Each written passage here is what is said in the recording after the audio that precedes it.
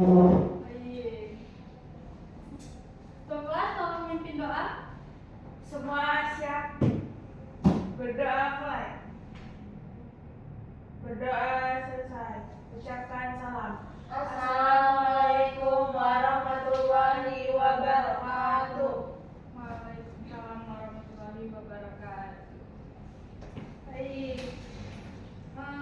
Kita hari ini akan mempelajari tentang materi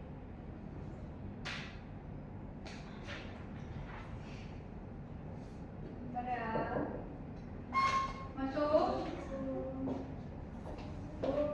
Maaf telat dari UAS tadi. Kenapa Sukma? Sakit perut Bu. Oh ya udah. Tapi masih bisa mengikuti pelajaran?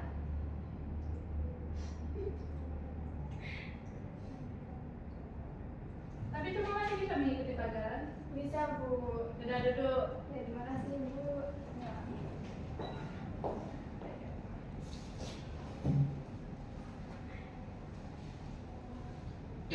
Baik, kali ini kita akan mempelajari tentang menyimpulkan informasi laporan hasil percobaan.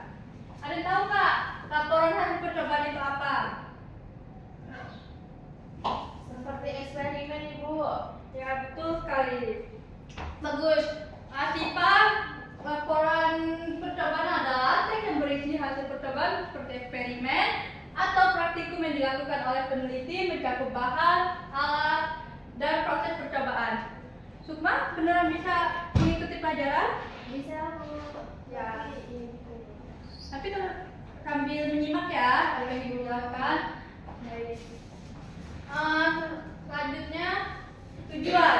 Tujuan dari pembuatan teks laporan adalah untuk memberikan informasi tentang proses percobaan yang kalian buat, yang telah dilakukan, termasuk hasil dari penelitian tersebut itu apa. Misalnya kalian itu membuat eksperimen suatu apa. Selanjutnya, manfaat. Manfaatnya itu memberikan informasi kepada orang lain mengenai hasil percobaan yang telah dibuat. Terus selanjutnya, memberikan informasi yang diperlukan bagi peneliti lain untuk merefleksikan percobaan yang dilakukan. Maksudnya itu tuh kita tuh bisa memberitahu kepada orang lain apa sih hasil yang telah kita teliti, percobaan itu yang telah kita teliti itu apa, membantu memperkuat atau membantah hipotesis yang diajukan. Itu tuh seperti memperkuat sesuatu yang telah kita eksperimen atau telah kita perbuat, yang telah kita uji. Kemudian ciri-ciri, tolong diperhatikan ya, jangan sibuk sendiri, tolong diperhatikan dulu yang Ibu jelaskan. Ciri-cirinya itu berdasarkan hasil percobaan, pembahasan yang objektif, menyampaikan fakta bukan opini. Maksudnya itu kita tuh harus benar-benar sesuai dengan fakta karena kan kita sudah melakukan eksperimen. Berarti kita itu menjelaskan apa yang sebenarnya, tidak bisa tidak boleh opini atau seperti kayak kita menduga-duga. Karena kan kita sudah melakukan uji coba, jadi kita tuh harus sesuai dengan fakta. Selanjutnya adalah sistematis dan lengkap. Nah, apa yang telah kita uji itu semuanya kita catat atau kita jelaskan kepada orang yang menerima atau orang yang mendengarkan menggunakan bahasa baku dan ilmiah. Nah, bahasa itu harus baku sesuai dengan kaidah yang telah kita pelajari waktu minggu lalu kan. Kita telah mempelajari tentang bahasa baku, bersifat netral. Selanjutnya, struktur laporan. Yang pertama tuh pernyataan umum yang bertujuan penelitian berisi informasi atau hasil pengujian yang diketahui oleh peneliti atau pelaku percobaan. Landasan teori mencakup teoristis dan teori terkait komponen eksperimen. Latar belakangnya menjelaskan topik percobaan dan alasan pemilihan topik. Nah, itu tuh kita menjelaskan kenapa kita memilih topik tersebut. Kayak misalnya kita menguji satu topik atau menguji tentang teks observasi, itu kan kita harus menjelaskan apa sih alasan kenapa kita memilih topik itu. Ayo coba selain itu Pinky tolong dijelaskan kembali apa yang telah Ibu jelaskan tadi.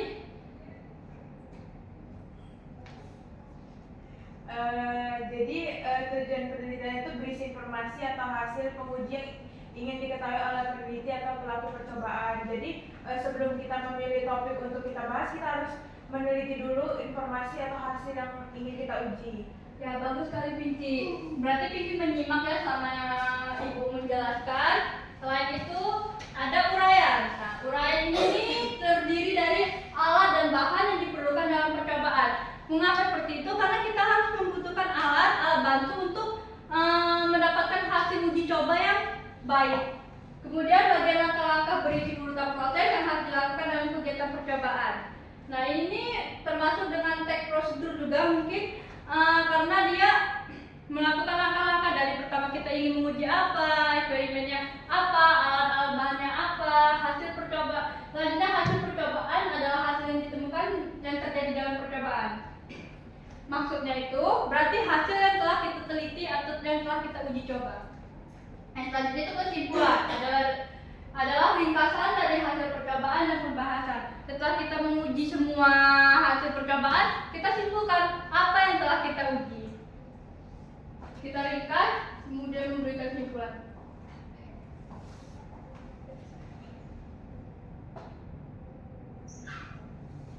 Nah, selanjutnya kaidah kebahasaan. Menggunakan nomina atau kata benda, menggunakan verba atau kata kerja, menggunakan pola kalimat yang aktif, menggunakan kata tugas, menggunakan kata serapan, dan menggunakan kata imperatif.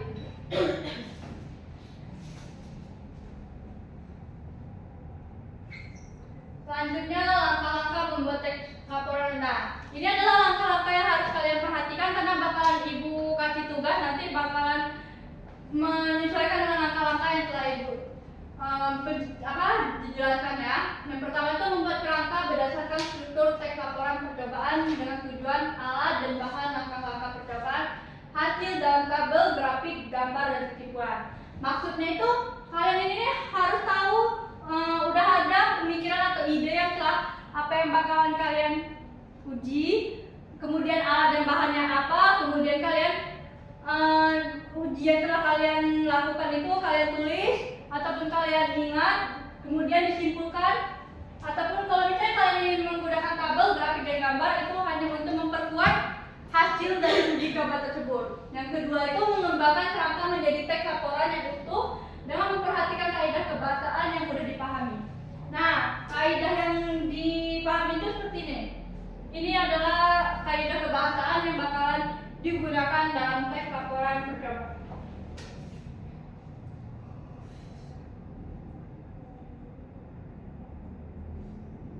Nah, ini adalah contohnya. Ini contoh kesimpulannya.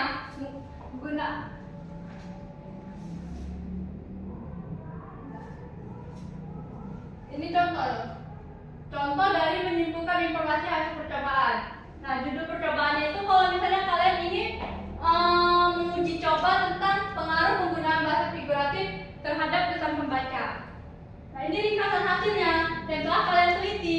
Setelah kalian teliti, kalian bikin ringkasan.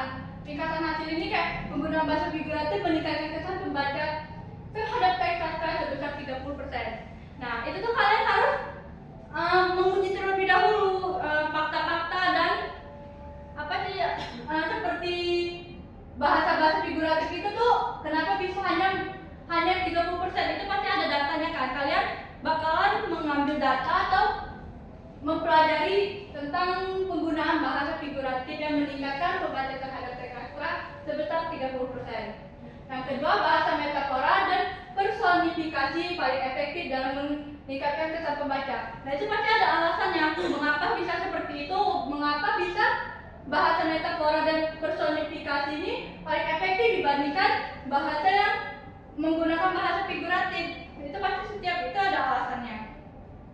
Nah, kemudian penggunaan bahasa figuratif yang tepat dapat meningkatkan kemampuan pembaca dalam memahami teks.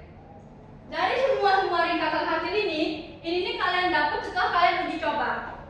Tanpa kalian menguji coba, hasil ringkasan hasil ini tidak bakalan ketemu kecuali kalau kalian memang benar-benar sudah melakukan uji coba. Mengapa? Nah, ringkasan hasil ini harus sesuai dengan fakta. Jika dia tidak fakta, itu sama saja seperti opini dan itu sama saja kita menduga-duga karena dia itu bukan hasil dari hasil sebenarnya. Apakah boleh seperti itu? Tidak boleh. Nah, setelah kita meringkas, tadi kan ada strukturnya, ada kesimpulan. Setelah itu kita memberi kesimpulan. Kesimpulan dari keseluruhan itu kita simpulkan apa yang telah kalian uji coba, yang kalian ringkas itu kalian kasih kesimpulan atau kalian menyimpulkan. Ini adalah contoh kesimpulannya. Penggunaan bahasa figuratif dalam teks sastra dapat meningkatkan kesan pembaca dan kemampuan memahami teks. Oleh karena itu, pengembangan bahasa figuratif yang tepat sangat penting dalam penulisan kreatif. Amel? Kenapa? Pusing? Apakah masih bisa mengikuti ini pembelajaran? Kalau misalnya tidak bisa, tidak apa-apa kalau misalnya Amel mampu UKS. Baik.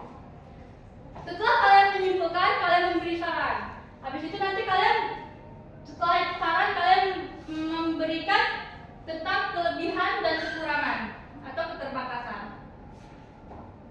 Nah, sarannya ini seperti kalian itu menyarankan sesuatu yang kalian uji, bagaimana supaya bahasa figuratif itu tuh harus sesuai dengan konteks dan tujuan teks tersebut. Misalnya kalian ingin meningkatkan bahasa yang figuratif, bukan yang komprehensif tadi. Nah, itu tuh apa alasan kalian memilih harus seperti itu? Itu tuh harus dengan yang jelas sarannya. Penulis mempertimbangkan kemampuan pembaca dalam memahami bahasa figuratif.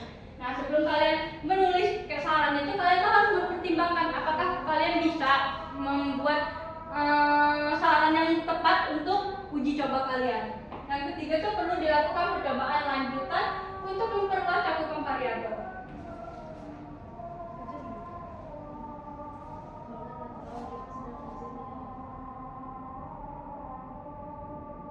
Nah, ini keterbatasan. Jumlah responnya berapa, variabel bahasa figuratif yang digunakan terbatas, percobaan hanya dilakukan.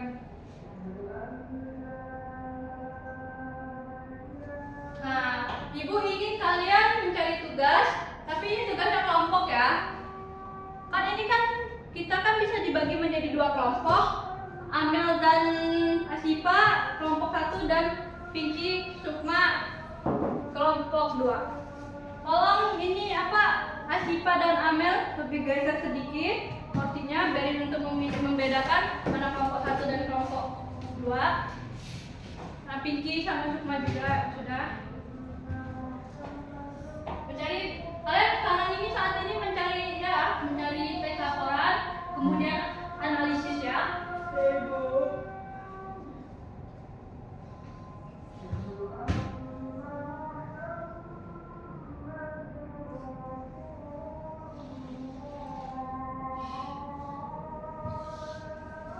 Kan ini sepertinya waktunya tidak cukup ya. Ibu mau kalian mengerjakannya di rumah. Ini kan waktunya sudah mau pulang karena kita sudah memasuki jam terakhir. Baik, sebelum menutup, tapi tugas-tugasnya sudah paham? Paham Ibu. Oke, kalau misalnya ada yang kurang atau kurang paham bisa tanyakan sama Ibu ya. Baik Ibu. Ini kan karena kita waktunya tidak cukup, udah di akhir pelajaran, kita tutup saja ya. Ayo ketua kelas tolong ini. Sebelum menutup pembelajaran, marilah kita berdoa menurut agama dan kepercayaan masing-masing. Berdoa mulai. Berdoa selesai. Ucapkan salam.